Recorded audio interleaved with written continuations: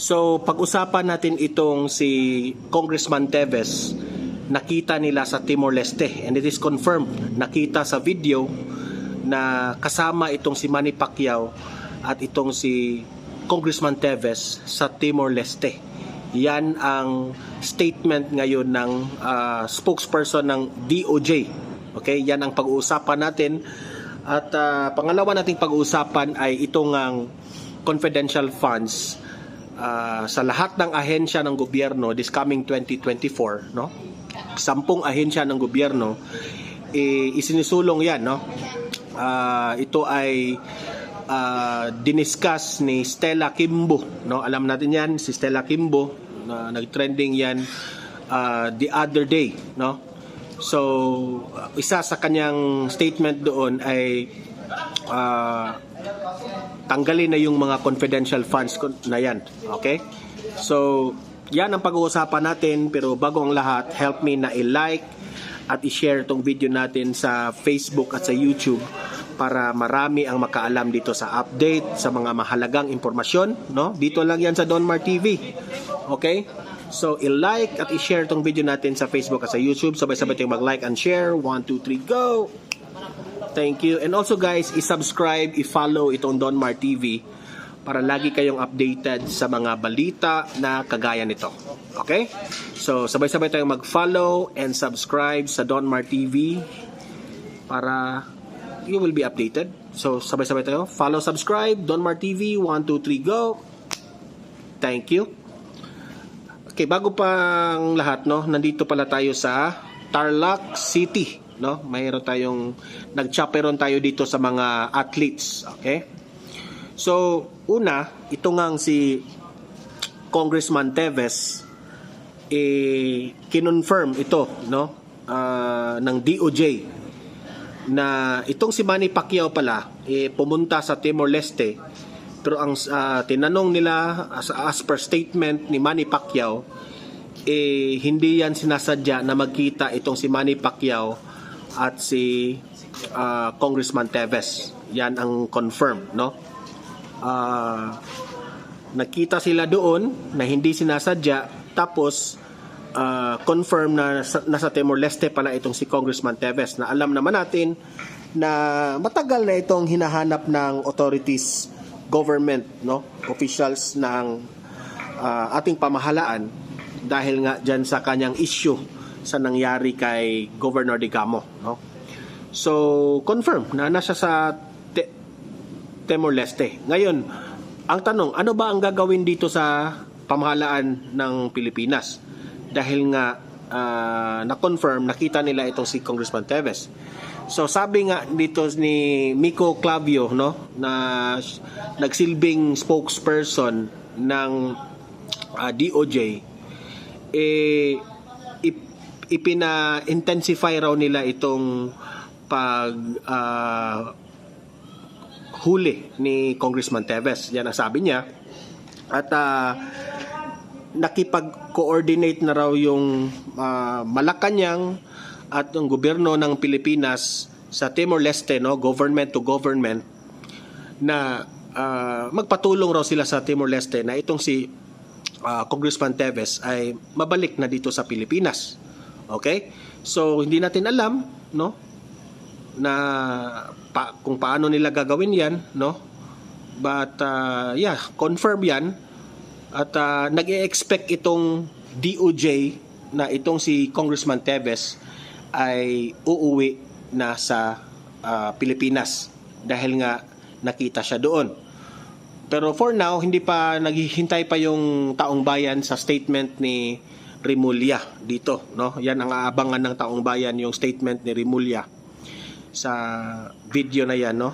Kasi sa video makikita mo talaga na nag-usap itong si Manny Pacquiao at itong si Congressman Teves doon sa Timor-Leste. Sa isang event yan, ha? Sa isang event nakita sila doon sa video. O, nagulat nga ako doon pag nung nakita ko sa balita, no? So sinadya ba yun? Yan ang tanong. Sinadya ba yun ni Congressman Teves? Kung ating i-analyze, si Congressman Teves ay hindi siya takot na nakita sa mga videos, no? So parang hindi siya talaga nagtatago, di ba? Kasi ano pa dumalo siya sa isang event si Congressman Teves. So yan ang update ngayon. So kayong mga audience ko dito, ano kaya ang magiging action ng pamahalaan, no? Especially itong DOJ. Ano ang magiging action nila dito? At ano ang gagawin nila to communicate the government of Timor-Leste.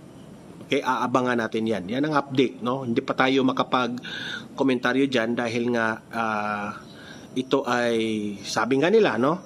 Itong si Teves ay inosente, no? Inosente sa mga akusasyon kasi hindi pa ito proven guilty. Okay? To be fair with him also. Okay? So, yan. Mag-comment, react kayo. Anong masasabi nyo tungkol sa issue na yan? No? Ano kayang ginagawa ni Manny Pacquiao doon? Talaga bang hindi nila sinasadya ang pagtapo doon? Comment kayo below, no? Ano yung analysis nyo at tayo ay magre-reply sa magandang argumento dyan. Okay? So, pangalawa nating pag-usapan ay itong payag ba kayo na itong mga kongresista isinusulong nila na yung confidential funds na yan, halos 10 agencies na para sa kanila hindi necessary yung confidential funds tatanggalin, no? Itong si Stella Kimbo, no, lumabas ng statement at isa na dito, no, isa sa mga maaapektuhan dito sa confidential funds, itinitira nila itong si Vice President Inday Sara Duterte sa kanyang Office of the Vice President at saka itong DepEd. Okay? Kasi si DepEd Secretary naman itong si VP Sara. Ngayon, ang malaking tanong dito, no? Ito ba efficient? Ha? Ito ba magiging efficient kapag tanggalin yung ano ang magiging epekto nito, no?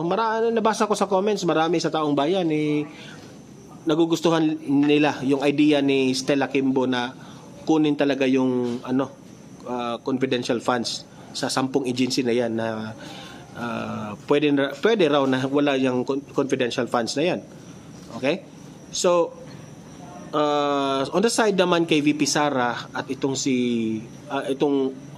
DepEd naman, no? Para sa akin, no, ito yung opinion ko. Talagang kailangan ito ng ating Vice Presidente, itong confidential funds. Unang-una, siya ay presidente, Vice President ng Pilipinas. Okay?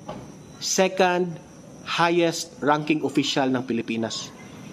And for sure, itong si VP Sara noon pa ay gustong mag-request dito ng confidential funds kasi nga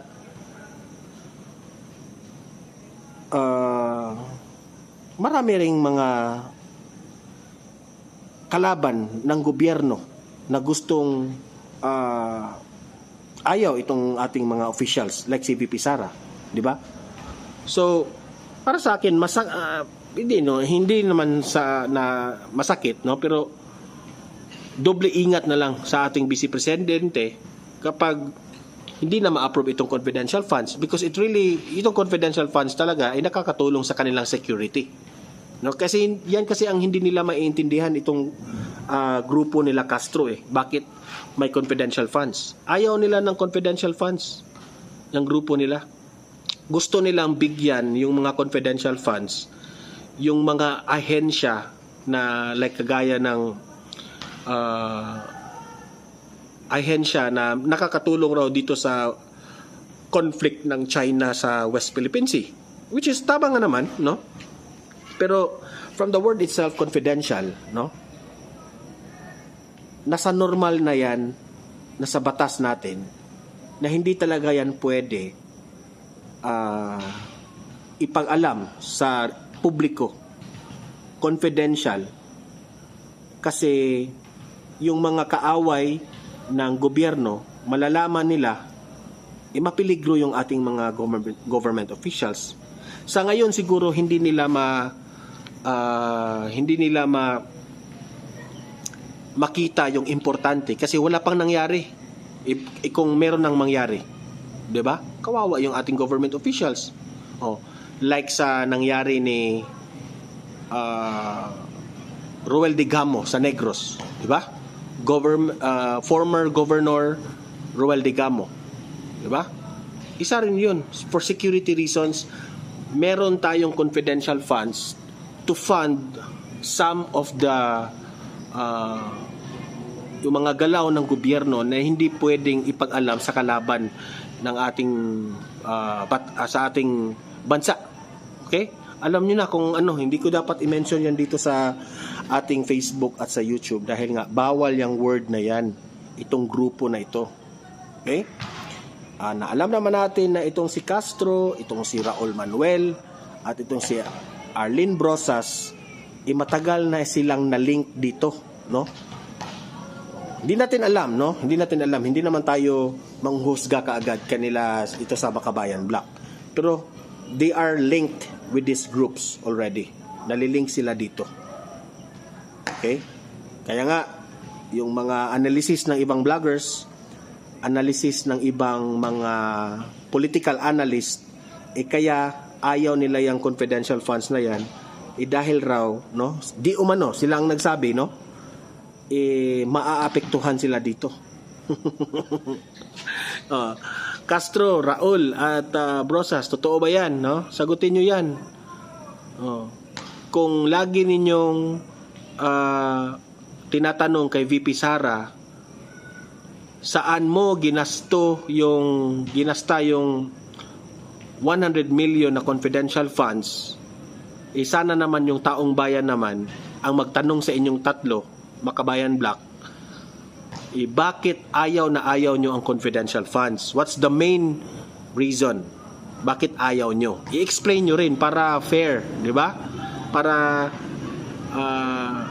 maunawaan kayo ng taong bayan bakit isinusulong nyo talaga na burahin yung confidential funds sa ilan sa ating ahensya sa gobyerno. Okay? So, kayong mga audience ko dito, libre kayong mag-analyze dito sa sitwasyon na ito. No? Pabor ba kayo na yung 10 ahensya ng gobyerno, no? I-mention yan natin kung anong mga ahensya na yan sa next vlog natin, ha? Natanggalin itong confidential funds. Payag ba kayo? Okay? Ito ba ay nakakabuti sa ating sa bayan natin, no? Comment, react at babasahin natin yan ang inyong mga argumento. Okay? At guys, i-like rin at i-share itong video natin para marami ang makapanood at follow, subscribe Don Mar TV para lagi kayong updated sa mga balita na kagaya nito. Okay? So guys, see you in my next video. Have a great night and God bless inyong lahat.